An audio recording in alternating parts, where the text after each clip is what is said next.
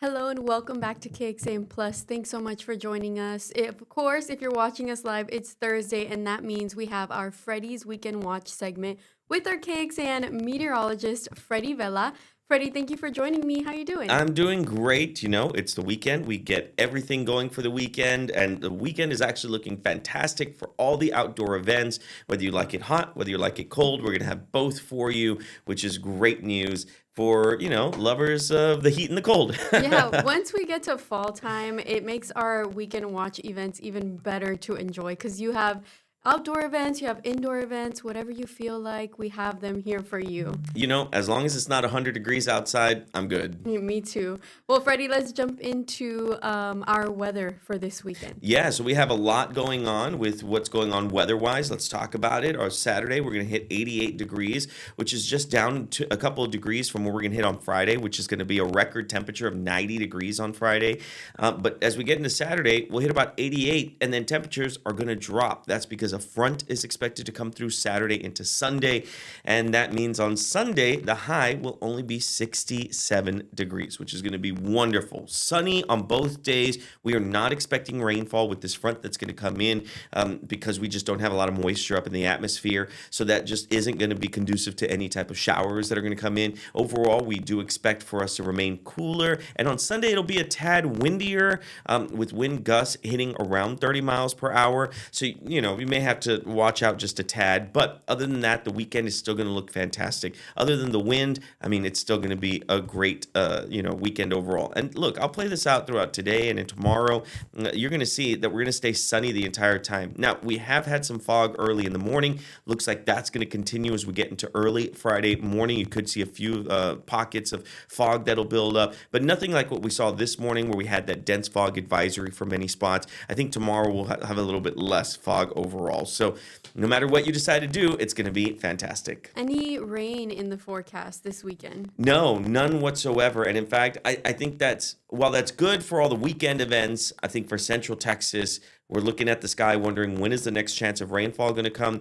And over the next 7 days, it just does not look like that's going to be the possibility here. So take the sunshine for now. We are moving into the driest months of the year. And it looks like that as of now, rainfall is not going to be in the books. Well, it's good for our weekend event, so let's jump into those. What do you have for us? Yeah, so let's start off with Friday. We have a really great event. It's called Rock the Park, and we've talked about Rock the Park before. Yeah, we have. KUTX, I believe, is the one that puts this on, and they do it at the Miller Lake Park Amphitheater, and it looks like they're going to do it one last time. They did two events already. They're going to put on one more, and this is going to be on Friday, November 7th. They're going to have two different bands that are going to be performing. The first one is at 6:30 on Friday. That's Big Wise Brass Band. And then at 7:15, Telenovela is going to be performing.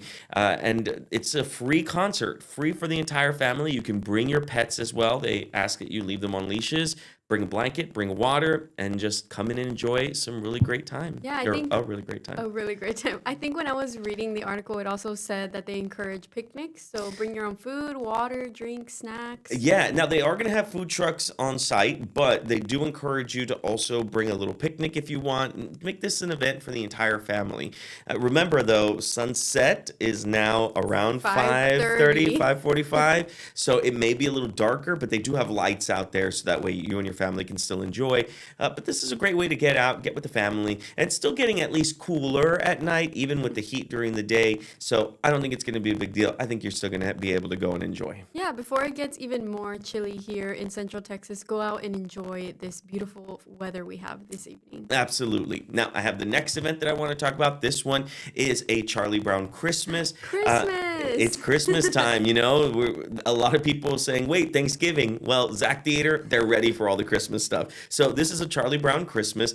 This runs through December 28th. It's already open, and it's going to be at Zach Theater. They're going to have a special ASL performance on December 7th. And of course, it's all about the meaning of Christmas. And Charlie Brown is on a mission to find out the meaning. He, gets all his friends together to kind of go searching for the meaning of Christmas. And Snoopy will be there as well. It's a great story for the entire family, and they're encouraging you to come on out. Tickets are now on sale. That's at Zach Theater. We're trying to see if we can get one of the actors to come in to talk about it. And That would be exciting. it would be exciting. So hopefully we can get that going and talk about, excuse me, Charlie Brown Christmas. Yeah, and if this isn't part of your family tradition for Christmas time, this is a great opportunity to make it part of it, right? Oh, yeah, 100%. And this is such a great story, a great family story. So head on out, Charlie Brown Christmas at Zach Theater. And what else do we have this weekend? Because I know we have a long list. We do have a long list. We'll get to number 3 of 6. This one is the Texas Wellness Day. I really wanted to get this one on the board for people. This is really cool. So this is going to be Saturday, November 8th from 9 a.m. to 1 p.m. It's going to be at Fiesta Gardens at 1601 Jesse E. Segovia Street. And this is really cool because they're encouraging people to come out and kind of enjoy not only all the great stuff that they're going to have, but to think about their health as well. So they're going to have a trail run, they're going to have yoga sessions, they're going to have a dance lesson, they're going to have live music that you can go dance to. They'll have a wellness market with local vendors that are going to be there talking about health, and they're also going to have food trucks selling some healthy food. And they're also going to be doing free screenings in the area, as well as education on health.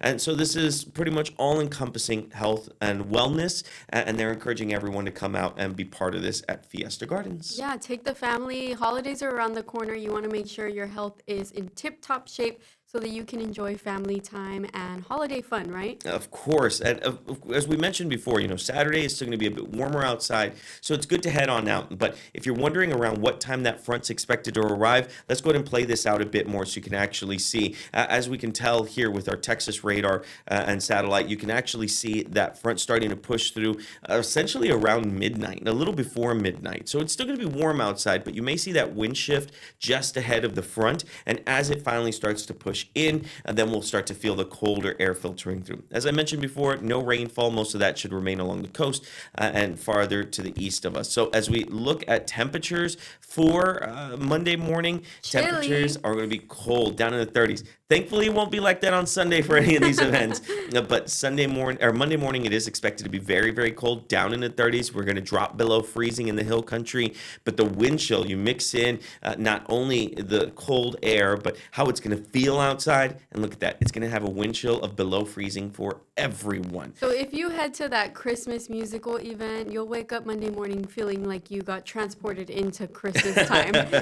Exactly. Yeah. So, just get that jacket ready because it is still going to be cold outside for Monday. Tuesday, it'll still be kind of cold, and then we start to warm up. By the middle of next week, we're already back up into the 70s one more time. So it's a quick snap that we're going to see that'll come in, but a very strong snap that we're going to feel overall. Yes, and so we just talked about the Texas Wellness Day, but I know there's another event following that one. Which one is that? Yeah, so this is the Festival of Good 2025. This is also on Saturday, November 8th from 10 a.m. to 2 p.m. It's at Goodnight Ranch Amenity Lawn. Now, this is celebrating your pets. This is all about your dogs. It's free, family-friendly, pet-friendly, and they encourage you to bring your dog. They're going to have food trucks, live music, and local vendors, all centering around pets. And they're going to have a kids zone, some pet fun, so they'll have an area for your dogs to play, and then community resources talking about pet health, pet wellness, pet safety, and they're going to also have one of the shelters there as well. Kind of talk about what you can do if you're looking to expand your family, how you can expand your family with pets, and this is one of the great ways to do it. But I thought this was a really great event. It's free for everyone to go and enjoy. So that's Saturday, November 8th from 10 a.m. to 2 p.m. And Freddie, I know those pet festivals are always your favorite. Having a pet event in our list of events is the best thing. Always, always. Our pets wait home for us. They just want to see us. So what a great way to kind of celebrate your pet and give them the love that they already give back to us by going to something like this and celebrating your pet. Yeah, and this is not all. We still have some more events Yeah. here for all of our pet owners. That's right. So we have one more that I really want to talk about really quickly. So this is the Austin Persian Fall Festival. This is on Saturday, November 8th from 1 p.m. to 7 p.m. and it's at the Asian American Resource Center in Austin. It's free for everyone, including your pets. They're encouraging you to bring your pets as well. And this is celebrating essentially everything about the Persian heritage. They have, different events. They have music. They have food. They're going to have kids games, raffles, and so much more. And this is a fantastic event. If you're looking to expand your horizons, to understand more about different cultures, this is the one to go to. The whole celebration is about love and life and family, and that's what they're doing here. So if you get a chance, head on over. This is the Austin Persian Fall Festival on Saturday, November 8th from 1 p.m. to 7 p.m. This one sounds like so much fun. I want to go just to try the food because I bet it's going to be delicious. Yes, I saw a list of some of the vendors that they're going to have there from some of the food vendors, and I'm really excited to take part in that. But Esme, that's not it. You have a couple events you want to talk about really quick, too. Yeah, and I do want to tease our article or your article that was published on our website. I Yeah. have been adding some bonus events here to the bottom. This weekend, we have two bonus events. The first one I want to talk about is the art dinner after party. This is happening at the Contemporary Austin. They host this event every year, and it's happening from 9:30 p.m. Till whenever it ends. And it goes on November 8th at the Laguna Gloria grounds. There's more information to tickets and details here on this link. The second one is the Austin Food and Wine Festival, and I feel like the name kind of gives itself away, the Austin Food and Wine Festival. Here's a little video of what you can expect at the event. This event runs from November 7th through the 9th at Auditorium Shores, and online on our website, there's a link to where you can get tickets to that. I think it's a 3-day event, so if you can't make it the first day, make it out there the second or the third and have some food and wine from all kinds of vendors and wine from all over the place. I think I knew someone in one of those pictures, Oh, actually. really? Yeah. Hey, but that's not it. There's also a really, really great event that, I want to talk about. And we actually brought in a special guest to talk about this really, really cool event. I saw it and I absolutely loved it. And I knew that I wanted to talk about this. So we actually have with us the COO of Texas Book Festival, Dalia Azim, joining us now. Dalia, thank you so much for being here. Oh, thanks for having me. Glad to be here. We're really about this. Texas Book Festival is one of the biggest, literary festivals in Texas. Talk to us a little bit about Texas Book Festival. What is it? And how do we celebrate books with this event? Yeah, thanks for asking. We think it's the best weekend of the year, so hope people come out and bring their families. It is, like you said, the biggest book festival literary gathering in Texas, but it's also one of the biggest book festivals in the country. It's actually our 30th anniversary. The Oh, wow. festival was founded in 1995 by then First Lady of Texas, Laura Bush, and some awesome volunteers, including Mary Margaret Farabee. The first festival was in 1996, and it started as a festival in the Texas State Capitol with like 70 Texas authors, and we've just grown in all ways since then. We're now featuring authors from all across the country and beyond, and we spill out and beyond the Capitol and in many different sites. So, obviously the main idea here is celebrating, books and so what was the main reasoning behind creating an event like Texas Book Festival? Well, the original mission, which is still our mission today, is to connect authors and readers. And at the very beginning, the idea of the founders was to create a space to celebrate Texas writers and also to benefit the state's public libraries, which is another part of our mission. We give away money to libraries across the state public libraries every year. We've given away more than $3.7 million to date. That is really cool. So, what are some of the highlights of 2025? This year, obviously, you have a wide variety of authors that are coming in. Talk to us a little bit about some of those highlights. Yeah, so it's a big one this year. We have over 300 authors, I think around 220 sessions. It's all day Saturday and Sunday. It's 10 to 5 on Saturday and 11 to 5 on Sunday. We're featuring, like I said, over 300 authors and many of the best, most talked about books of the year. We have something for everyone, we like to say, and we have in like 22 different stages. We have programming for youngest readers, like a picture book stage and a Read Me a Story tent, and then it kind of grows with our audience to the next chapter tent, and then we have some dedicated spaces for young adult readers. You can find the more hard-hitting nonfiction in our C-SPAN tent. You can find nonfiction and fiction about Texas in our Texas tent. Kirkus Reviews has great nonfiction and fiction panels. We have a poetry tent, which we are bringing back this year, and it's bigger because it was so popular last year that it was bursting at the seams. We have some more art programming in the Contemporary Austin, which is an awesome partner. And then we have some of our headliners and some offsites in the churches near our footprint. It's First Baptist and First United Methodist Church, Central Presbyterian, and the State Theater on Congress. Now, those featured panels, those are ticketed, correct? We have, so like I said, we have about 220 panels. The vast majority is free and open to the public, and we have 5 ticketed events. And the Matthew McConaughey sold out. That's one of the 5, but we have tickets for all the remaining sessions. We have Chelsea Handler and Mitch Albom, 2 bestsellers that I think are going to be a lot of fun. We have Viet Thanh Nguyen, Pulitzer Prize winner. And then we have Jenna Bush, of course, the daughter of our founder, has started a new imprint with Penguin Random House. And the debut of that book, of that publisher rather, is called Conform by the author Ariel Sullivan, and they'll be in conversation as a ticketed event as well.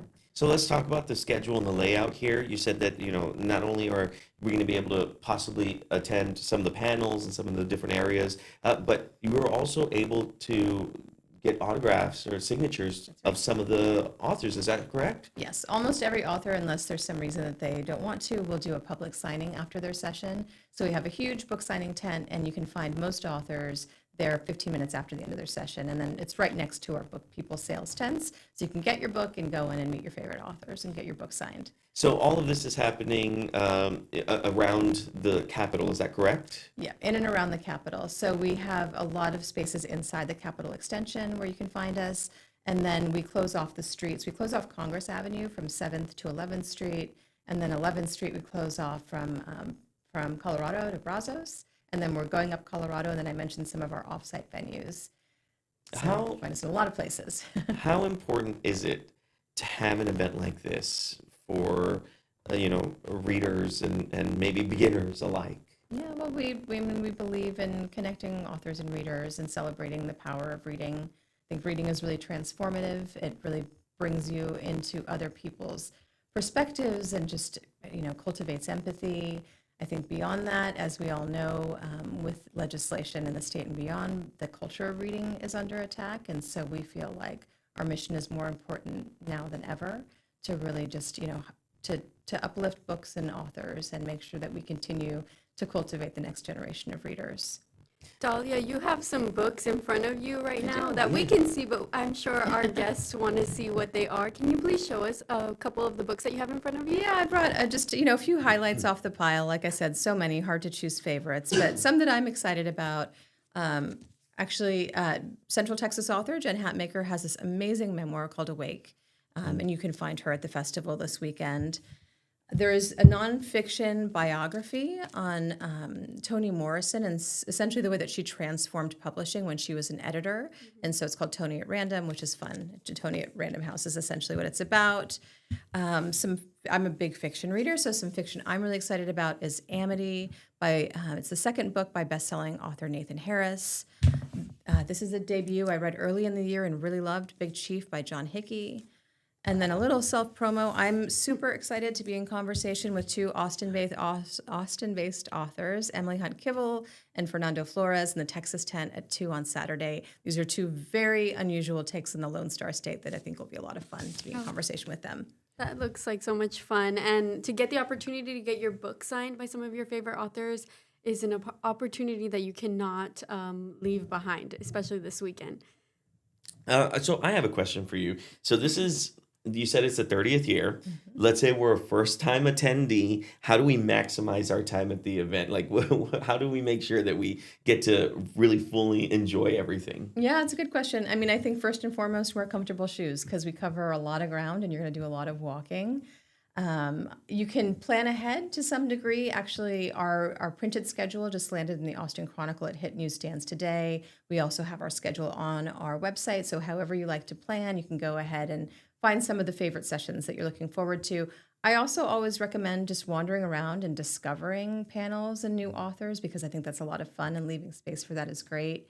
I would definitely encourage people to go into the Capitol for the great sessions we have there, but also because it's our 30th anniversary, we have some special activations. We have a short documentary that we made that's going to be in the Legislative Conference Center called the LCC that will be looping both days throughout the day and displays of our poster art that we've had every year. And, how do you select some of these authors to be part of this event?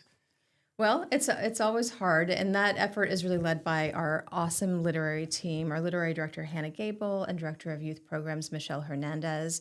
But really, we look at about 1,200 plus books a year. We have open submissions from January through May, and so our offices fill with books for us to look at and consider for the lineup. And then we also go to New York every year and visit with publishers. We have an amazing author selection committee, a group of volunteers that help us also, because obviously 1,200 books, we were all big readers, but it's hard to read hundreds and hundreds of books every year. So between us, we come up with a lineup that we are really proud of. Well, this looks like a fantastic event. Obviously, we want to encourage everyone to go.